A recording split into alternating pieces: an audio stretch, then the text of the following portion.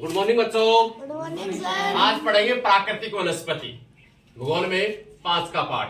तो प्राकृतिक वनस्पति का अर्थ क्या आता है?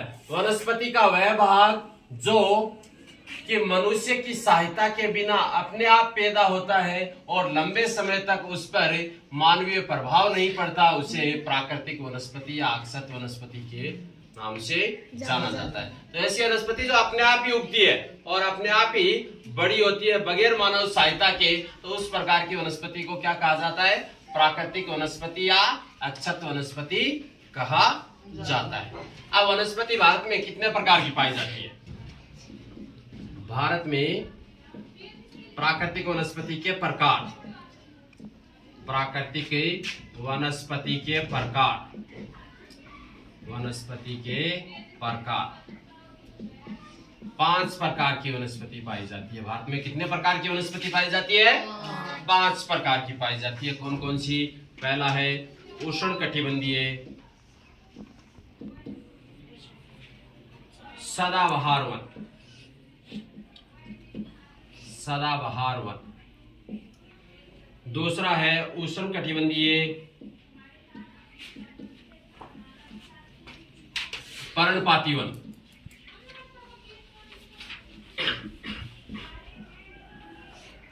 पर्णपाती। तीसरा है उष्णकटिबंधीय कंटीले वन तथा झाड़ियां।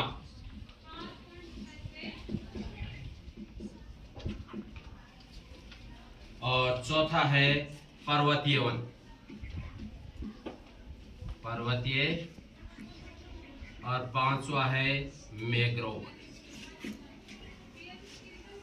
5 प्रकार की वनस्पति। भारत में कितने प्रकार की वनस्पति पाई जाती है? 5 प्रकार की वनस्पति पाई जाती है। पहली कौन सी? उष्णकटिबंधीय सदाबहार वन। दूसरी है उष्णकटिबंधीय पर्णपाती वन। और तीसरी है उष्णकटिबंधीय कंटीले वन तथा झाड़ियां। और चौथी है पर्वतीय वनस्पति। और 5वीं है मैंग्रोव वनस्पति। तो आप एक एक के बारे में विस्तार से पढ़ेंगे। इनकी क्या विशेषता है, किस क्षेत्र में ये पाई जाती है, इनमें कौन कौन से वृक्ष पाए जाते हैं, इनकी ऊंचाई कितनी होती है, इन सब के बारे में एक एक का अध्ययन करेंगे। सबसे पहले किसका अध्ययन करेंगे? उष्णकटिबंधीय सदाबहार वनों का अध्ययन करेंगे।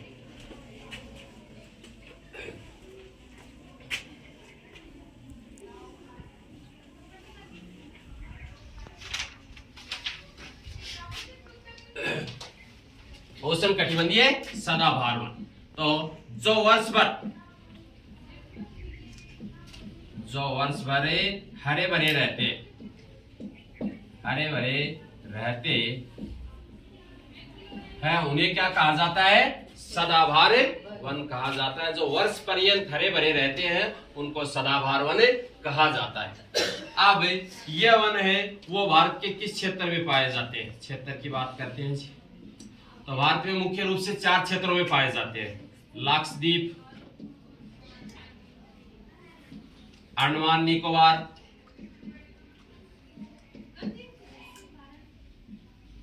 अंडमान निकोबार द्वीप समूह,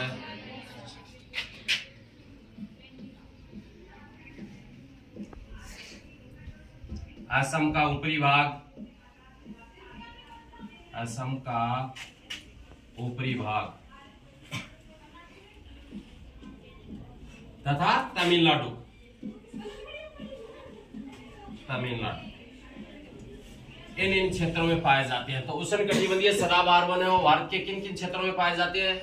लक्षद्वीप केंद्र शासित प्रदेश में, अंडमान निकोबार द्वीप समूह केंद्र शासित प्रदेश है इसमें, असम राज्य का जो ऊपरी भाग है पहाड़ी इलाका उसमें पाए जाते हैं, और तमिलनाडु राज्य का जो तटीय भाग है समुद्र तट से लगता है उसमें इस प्रकार के वन पाए जाते हैं। अब भारत का मानचित्र बनाकर इसको देखते हैं।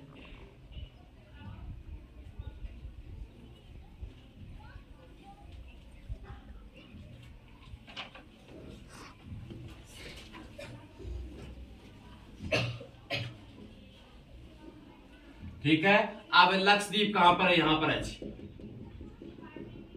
यह लक्षद्वीप है,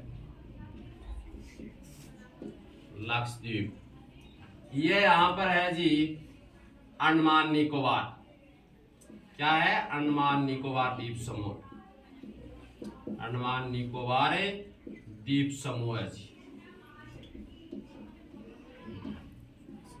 ये वाला इलाका है ये असम का जी,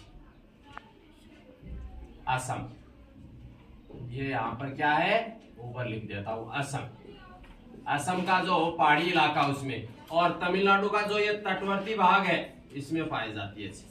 ये यहाँ पर तमिलनाडु है, तमिलनाडु का तटवर्ती भाग है, यहाँ पर कौन से वृक्ष पाए जाते हैं, सदाबहार वन पाए जाते हैं। तो ये जो आपको 4 जगह बताई है भारत में, लक्षद्वीप है, अंडमान निकोबार द्वीप समूह है, और असम का ऊपरी भाग और तमिलनाडु है। तो ये भारत के मानचित्र में आपको दर्शा के बता दिया कि कौन सा क्षेत्र कहाँ पर है। लक्षद्वीप यहाँ पर है और अंडमान निकोबार द्वीप समूह यहाँ पर है। असम का ऊपरी क्षेत्र है उसमें पाए जाते हैं, असम राज्य है। और अंडमान निकोबार जो राज्य, तमिलनाडु जो राज्य है उसके तटवर्ती भागों में कौन से वृक्ष पाए जाते हैं, उष्णकटिबंधीय सदाबहार वन पाए जाते हैं। ठीक है, अब आगे बात करते हैं।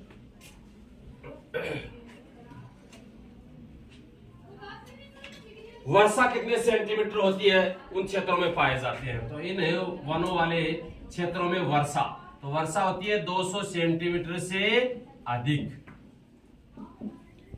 जो आपको ये 4 क्षेत्र बताया ना ऊपर, इन क्षेत्रों में वर्षा कितनी होती है, 200 सेंटीमीटर से अधिक वर्षा होती है। इन वृक्षों की ऊंचाई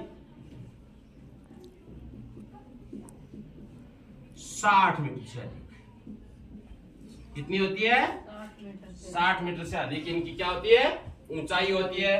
अब मुख्य वृक्ष कौन कौन से हैं, मुख्य वृक्ष तो एबोनी,